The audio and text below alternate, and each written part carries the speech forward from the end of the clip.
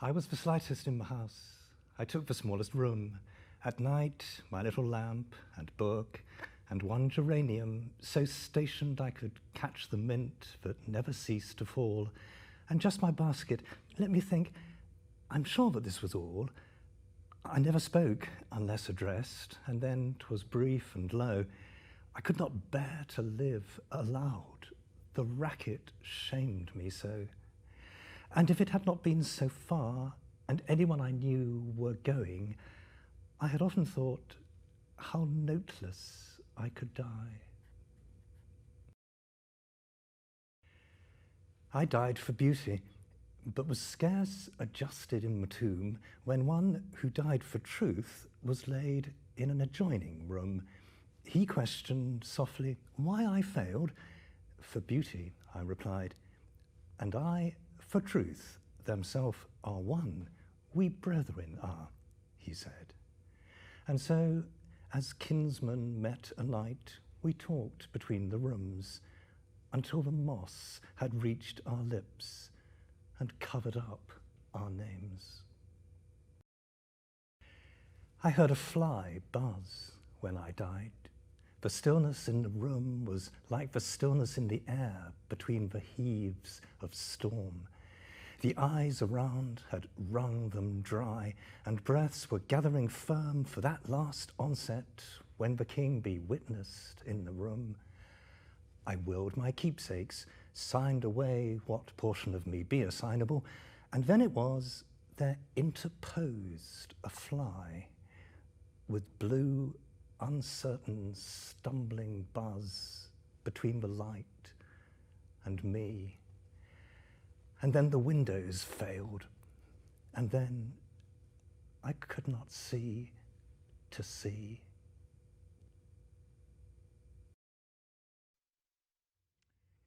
Hi. Hi, Alex. Hey, Richard. We're here to talk about Emily Dickinson today.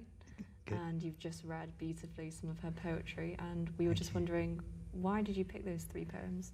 Yeah, it's always very difficult to choose from Emily Dickinson's poems because she wrote about 2,000. But the 3 I chose, I think I chose because she's talking about her own death in a way that's kind of weirdly comic and kind of detached and ironic. And I find that such a kind of exhilarating thing for a 19th century woman poet to be doing. It's such a surprising topic to write about your own death. As a female. And to write about it in such a kind of calm, cool, kind of ironic way. I think that it was that first drew me to her poems, her peculiarly calm, comic Typically voice. Masculine. Absolutely, the opposite of what you would expect a romantic woman or a sentimental woman to. Completely the opposite. Yeah. And they're comic too. They're comic poems. I mean, it's like when she said, "I died for beauty and was scarce adjusted in the tomb." The word "adjusted," as if saying, "Well, I'm just going to get myself comfortable in my tomb," is such a strange and comic. It's dark humour. It is a kind of dark, romantic female. A dark humour. Like when she says at the end of the first one I read, she says, "If death wasn't such a long way away, and if I knew anyone was coming with me, how noteless I could die." And that choice of word "noteless" is again such a kind of ironic, comic thing, which could mean perhaps I could die leaving no impression on the world. Nobody would so notice. Casual. And so casual. Casual. Like I could just leave. Exactly. Nobody would take any notice. And she's quite kind of comic about it. Or perhaps it also means not writing anything, so noteless. And that's a kind of deeply ironic point, having written 2,000 poems, yet she knew they weren't going to come out in her lifetime. So a kind of ironic look at her own kind of silence is again weird. Did she die unpublished? Virtually. She made some effort to get a few poems into print, but when it was clear that they were only going to be very, very heavily edited and renamed, and she decided, okay, no, I'm not playing that game. And she later talked about publication as the auction of the mind, which again is a kind of really bitter sense, but kind of selling short. Yeah. Yeah. Censorship. So she kind of adopted this strategy of saying, okay, if I can't publish in my own terms, then let's go with that. And so I think she would have been absolutely thrilled to be aware that she moved from a position of complete obscurity in her own lifetime to a position now where she's probably widely regarded as the greatest 19th century poet in Definitely a classic. America. Yeah. Definitely like a classic established author.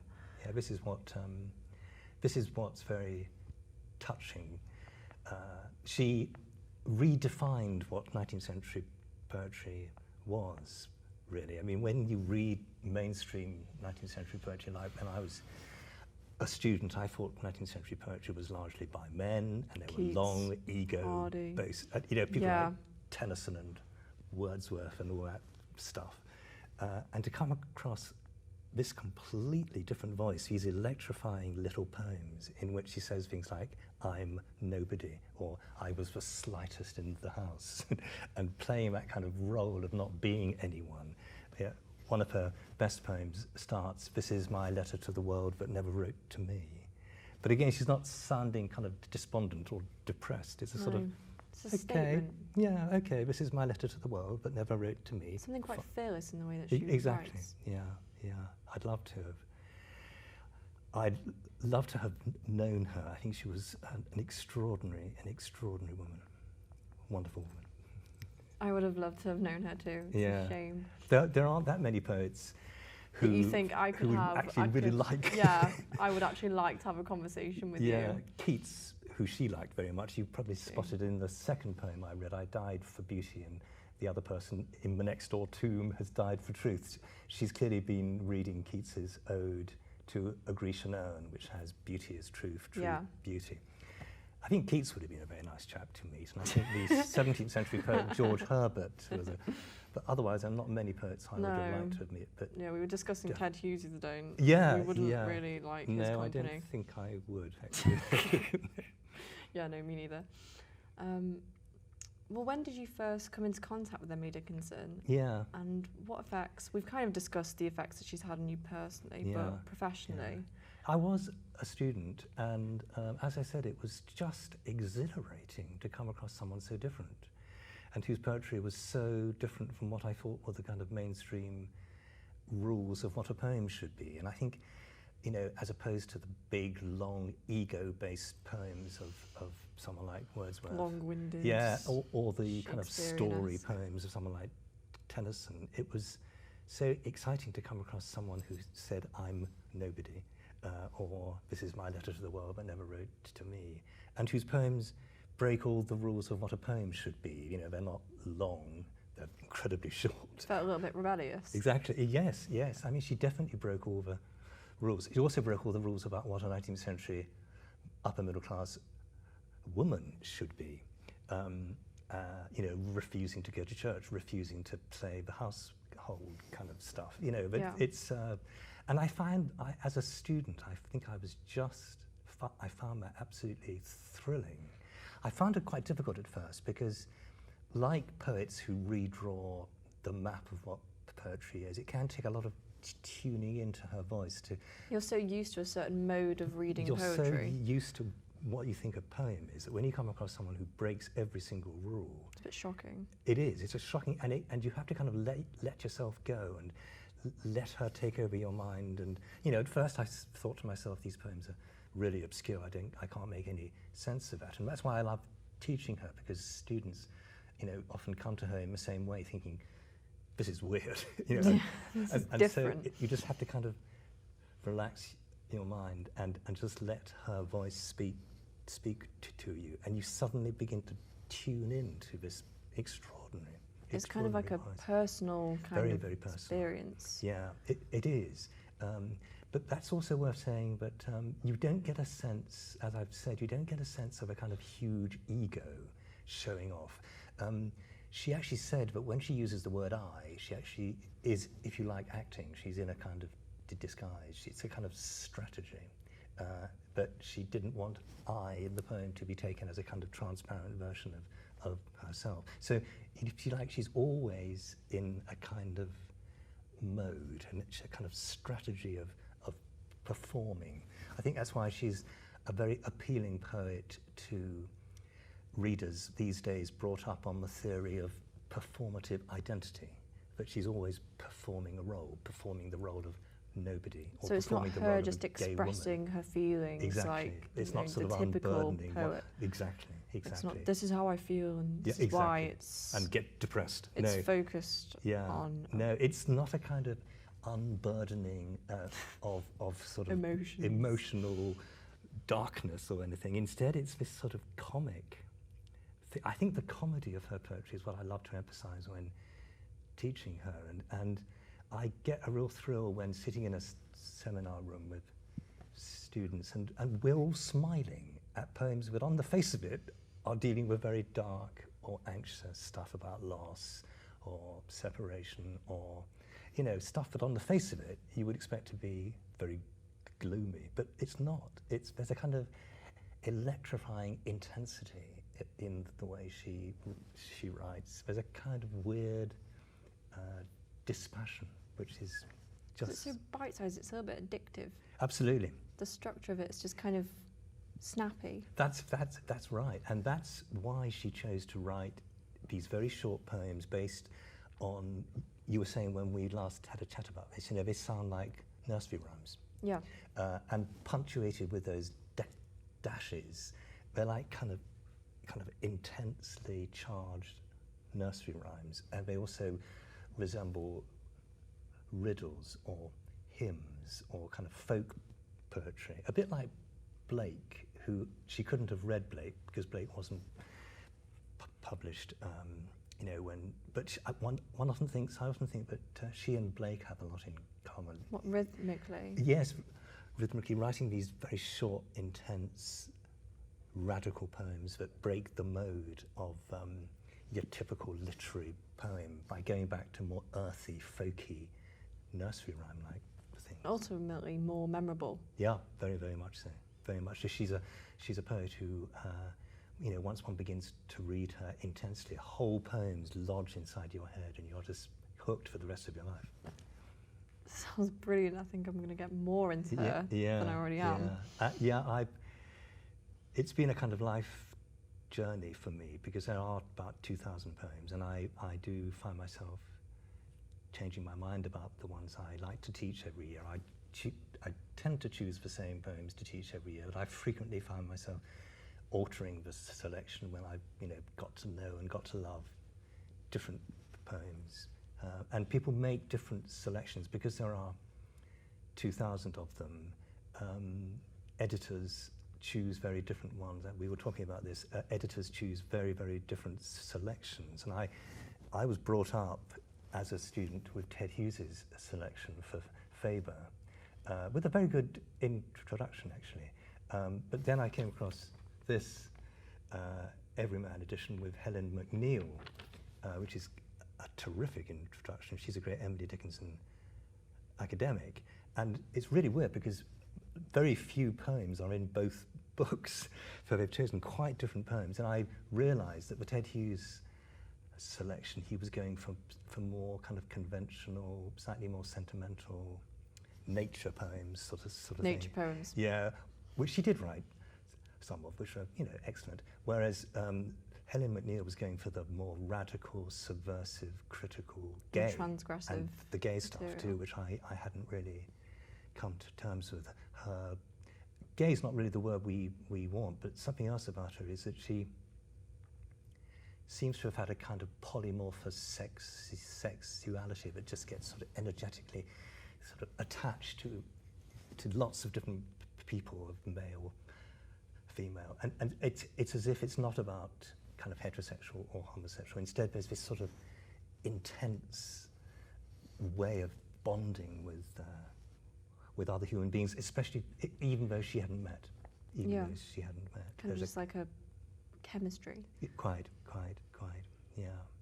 So this idea of her poetry being very strategic is, It's typically meal. Well, yes, Typically, yes. when you think strategy, that's you right. associate it with the meal. That's a very good point. But she's utterly refusing to play the conventional female role, just as she's utterly refusing to play the conventional poet role, and instead she kind of adopts the strategy of not locking herself, but being in a room in her father's house and hardly ever going outside the house in her lifetime, hardly ever, wearing white and sort of feeding this myth that she was a kind of witch, or and a spinster. And it's very clearly intentional strategy to position herself in the world in a way that means she can get on with her poetry and get on with her letters, which are wonderful as well, without having the kind of onerous burden of being a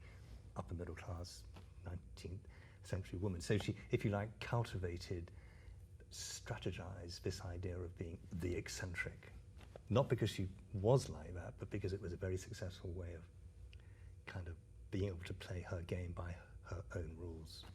It's just strategic.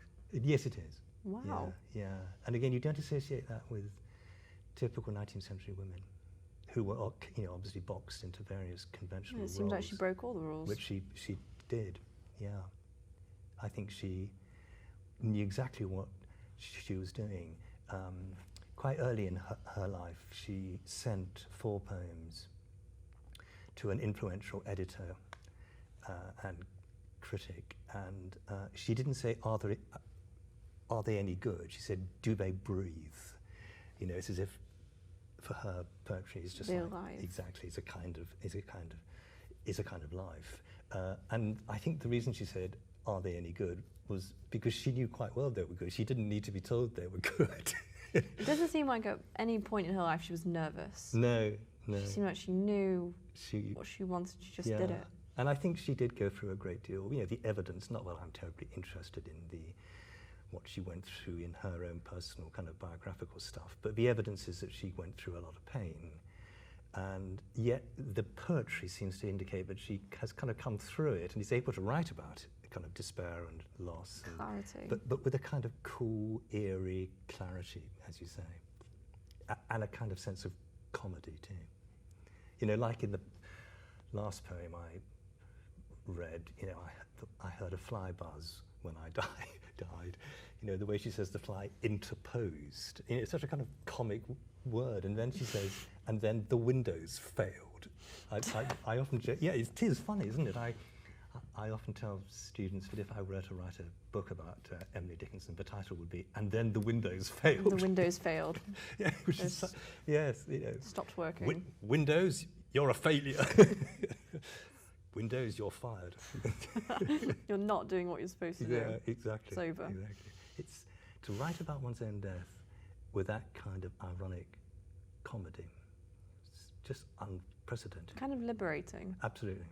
Yeah. Most poets were crippled by the notion of death. Yeah, and she's just kind of flies past. Very, very good. Very, very good point. Very good way of putting it. Most poets crippled by the idea of death, and she just it's fine with it. Absolutely extraordinary.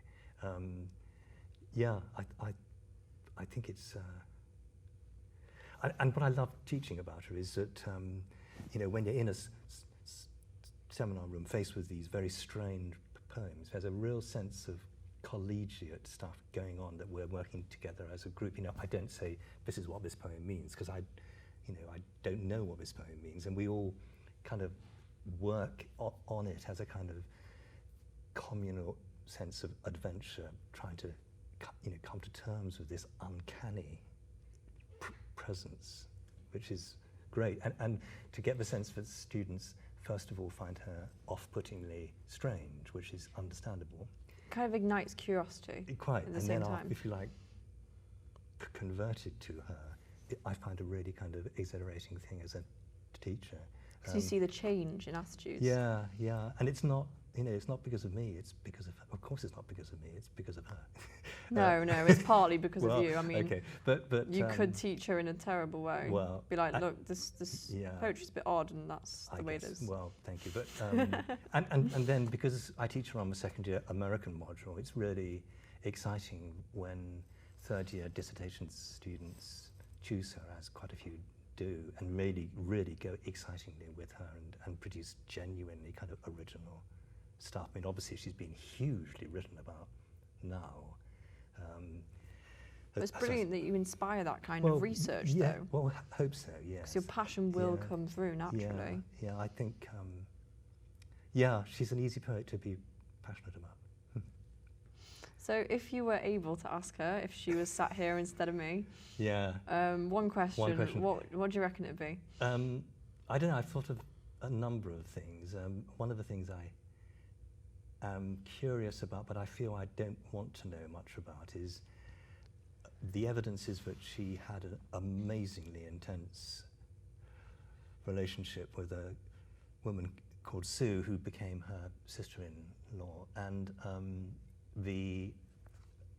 some of the letters that she wrote to Sue survive, and they are electrifying, and they go beyond, any kind of stuff about gay. I mean, they're just absolutely extraordinary. Now, Sue's letters to her, unfortunately, don't survive because the family almost certainly destroyed them. So I'm curious to, I would like to ask her how much joy and happiness that relationship brought her, because I think it might have been the one that perhaps brought her the most happiness, and that, I love the idea of her being happy. On a more technical issue, having worked with her for years and years, I'm very interested in if she had published extensively in her lifetime, because her poems didn't come out in the way that she wrote them, with that very eccentric punctuation, with the dashes, complete until 1955. How many years after her death? Well, nearly 100, a long, long time. And I think I would, as an editor, I would ask her, if your poems were coming out now, would you present them in that form, or actually would you do anything about that punctuation? I'm virtually certain she would. I don't think she would. But there's a school of thought that she just wrote like that, with the expectation that punctuation would be sorted out later, and I found just that kind of in like a freehand kind of casual thing. Quite. Instead of actual editing. And if one looks at her manuscripts, apparently the length of the dash, it varies. Sometimes you get a short dash. Does kind of indicate might be like a scribble. Well, quite, and therefore, I just wonder, I have a kind of great editorial curiosity as to how she perceived the final form of her poems, but then perhaps she didn't feel that her poems were in their final form. There's also in the manuscripts, there's lots of evidence that she was kind of endless versions, because you get alternative words in the margins too. It's as if she never wanted to stop a poem, because to stop a poem would be to perhaps close it down. So I think there's a sense in which her poems are always full of life. Full of life in a kind of unfinished way. Yeah. That's why she uses half rhyme as opposed to rhyme. So it would be completely closing off the lines. They don't close, the poems don't close. So there's a kind of beautiful sense of openness and unfinishedness. So I think I might ask her about that. I think I would love to hear her answer. Yeah. We can only wonder, really. Yeah. It's nice that she, after all those years of obscurity, nobody knew that she wrote these poems, and then, it's a rather remarkable story. Her sister went through her personal effects after she died and opened a drawer, and there were these beautifully handmade, hand-stitched books containing. She made her own books? Yeah, she stitched them into little booklets, from that obscurity, she then became an enormous influence from, the 1940s onwards. Her poems began to come out in very edited form in the 1930s and things, but she became massively influential. So poets as different as William Carlos Williams and Sylvia Plath and people were quite open about how they couldn't have written a word without her, which is great. She would have loved to have heard Absolutely. It would have been amazing to tell her. Yeah. That would have been wonderful for her to know. Yeah. Well, the question that we've all been wanting to ask you at the end of this interview, We would just love to know one interesting fact about yourself. Thank you. I have thought about this. I don't. I taught Nick Clegg. I taught Nick Clegg A-level at Westminster which School. Which subject? Sort of English. That was English literature, and this was at Westminster School when he was an A-level student, and he was a very, very nice chap, and very, very bright, very articulate, and a very good actor. I did a production of Twelfth Night, and he was a very good Sebastian. Did he wear the face paint and the wigs? Did he? No, he did it very simply actually. But yeah, I haven't been in touch with him since. But obviously, I think about it a lot when the news is. I feel like you should invite him to Brighton. Yeah. Maybe. Funny enough, he lives just around the corner from my brother.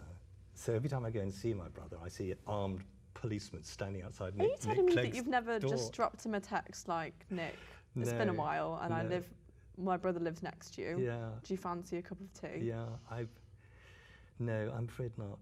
But I can ask him round for testify Christmas. that he was a very, very nice chap and a very good actor. Perhaps just the emphasis on being a good actor, though, is... Oh, very politically important. Well, yeah. Yeah. We won't comment on his acting abilities in that context. I don't think. No. But he was. That's really interesting. Yeah. I sometimes joke about it and say I taught Nick Clegg, so it's all my fault. But it's not. It's becoming not so much of a joke anymore. No, I'm not ready to blame you for anything personally. Thank you. I hope the masses agree. Thank you. Don't want any riots outside of the your office. Yeah. But no, thank you so much for taking the time to speak with me today. Thank you, Alex. Very nice to be involved in this. No, it's a pleasure to have you speak. So thank you. Thank you. Thank you.